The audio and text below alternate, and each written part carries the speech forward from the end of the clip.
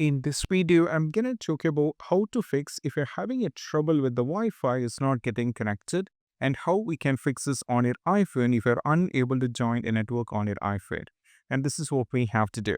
So the first thing what you need to do is if you're on any kind of Wi-Fi over here like this, or you can navigate like this, first go to the settings.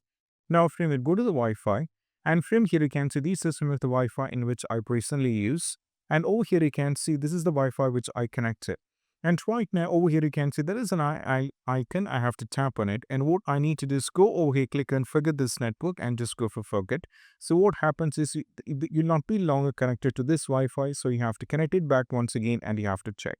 Next one is all about what we need to do is even after connecting back, still if you're having the trouble, try turning off the Wi-Fi, wait for 10 seconds and try turning it on back once again and you have to check. That even helps some cases and you have to do in that way. Next one is all about we just need to go back, scroll it down all the way down to the general, and from here we have to scroll it down and navigate to the VPN and make sure if any VPN is connected, that is the reason why this is happening. So try disconnecting the VPN and you have to check. And also go back completely.